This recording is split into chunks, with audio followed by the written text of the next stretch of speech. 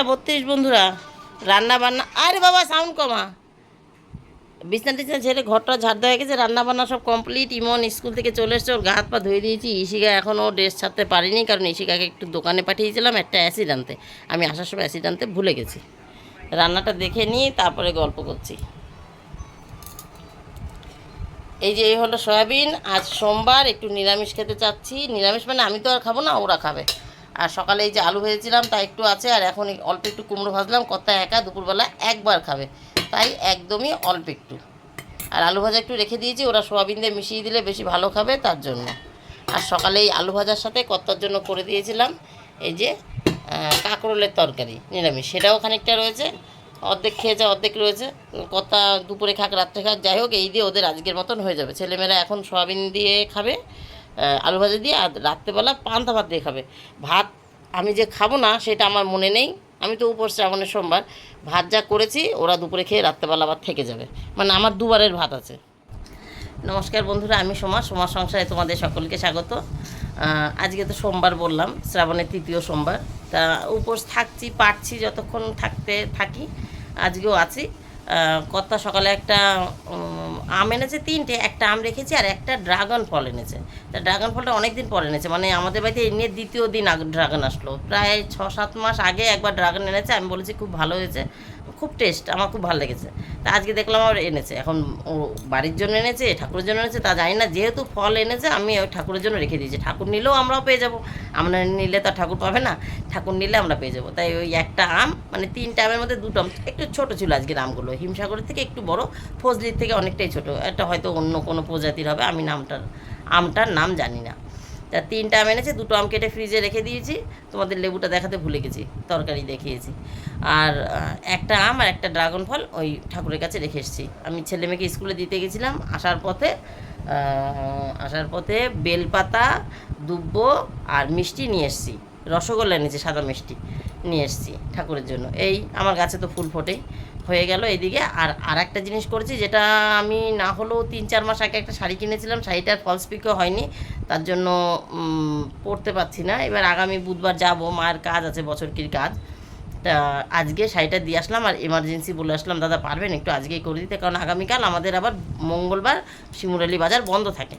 তাই বললাম দাদা আজকে যদি পারেন খুব ভালো হয়, হয় দোকানে দিয়ে যাবেন, কিংবা আমি আমার দোকানে ছেলেপেলেদের পাঠিয়ে দেবো রাত্রেবেলা। আপনি আর যত রাত্রেই দেন, আমাদের দোকান তো 10টা সাড়ে 10টা অবধি খোলা থাকবে। তা দাদা বললো ঠিক আছে আমি নিয়ে যাবো, কিন্তু যদি কোনো কারণে আমি ভুলে যাই, কালকে তো মঙ্গলবার, তোমার তো বুধবার লাগবে, তুমি ছেলেপেলেদের পাঠিয়ে দিও।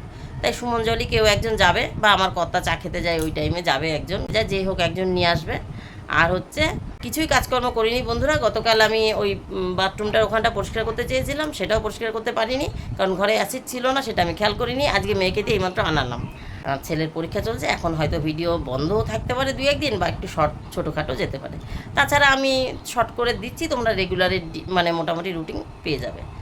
তাহলে বন্ধুরা আজকের মতন গল্প এখানে শেষ। Tata bye bye. ও বা একটু টাটা করে দাও, টাটা করে দাও একটু। টাটা বাই বাই, তোমরা সবাই ভালো থেকে সুস্থ থেকো। দেখা হবে নতুন একটা দিন, নতুন একটা গল্পের সঙ্গে। আমি পুজো দিতে যাই, হয়তো পুজোর ভিডিওটা একটু জুড়ে দিতে পারি। ঠিক আছে, মনে থাকে না তো ফোনটা নিয়ে যেতে, এর জন্য হয়তো বললাম। ফোন রেখে পুজো দিতে চলে গেলাম, বুঝেছে। 4:26 বাজে বন্ধুরা, 4:26। পুজো হয়ে গেছে, বলেছিলাম শেষে একটু দেখিয়ে দেবো, অনেক কষ্টে মনে রেখে তোমাদেরকে দেখিয়ে দিলাম। আমার তো মনে থাকে না। আজকে অল্পই ফুল ফুটেছে, তবু দেখো ভালোই হয়েছে। আর এই যে বলেছিলাম আম আর ড্রাগন ফল, আর আমি মিষ্টি নিয়ে এসেছি। এই যে মাকেও একটু দিয়ে দিয়েছি। এখন তুলসী তলায় একটু জল দিয়ে আসবো, তাহলেই পুজো কমপ্লিট। এসে প্রসাদ নামাবো। ওই ছেলে মেয়ে চলে এসেছিলো তো, ওদের হাত মুখ ধুয়ে দিয়েছিলাম। তা আমি দেখলাম ওরা যখন বাড়ি এসছে হাত মুখ ধোয়া হয়েছে, তখন বোধহয় কটা বলেছিলাম তোমাদেরকে, আমি ভুলে গেছি, 1:30টার কাছাকাছি হবে না, যাই হোক। তা আমি 10 মিনিট বসেছিলাম, যে এখন আমি যদি চান করতে যাই, বললাম না ওই কোনাটা পরিষ্কার করবো, গতকাল করতে পারিনি। আমি দেখলাম এখন যদি আমি চান করতে যাই তাহলে আমার লেট হয়ে যাবে, মানে ওদের লেট হয়ে যাবে, আমি দিতে পারবো না, অত হুটোপাটা করে হবে না। ওই জায়গা পরিষ্কার করবো, মাথা শ্যাম্পু করে চান করবো, তারপর পুজো দেবো, তারপর ওদের খেতে দেবো, হবে না। তার থেকে আমি বসে থাকি। আমি 10-15 মিনিট বসেছিলাম, তারপরে কর্তা চলে আসলো, ততক্ষণ ওরা বসেছিল ছেলেমেয়েরা। কর্তা আসার পরে কর্তাকে বললাম ছেলে মেয়েকে খেতে দিচ্ছি, তুমি ফটাফট লেবুটা খেয়ে চান করে আসো, ওদের খাওয়াতে খাওয়াতে তোমার মানে চান হয়ে যাবে, তোমাকে খেতে দিয়ে যাব।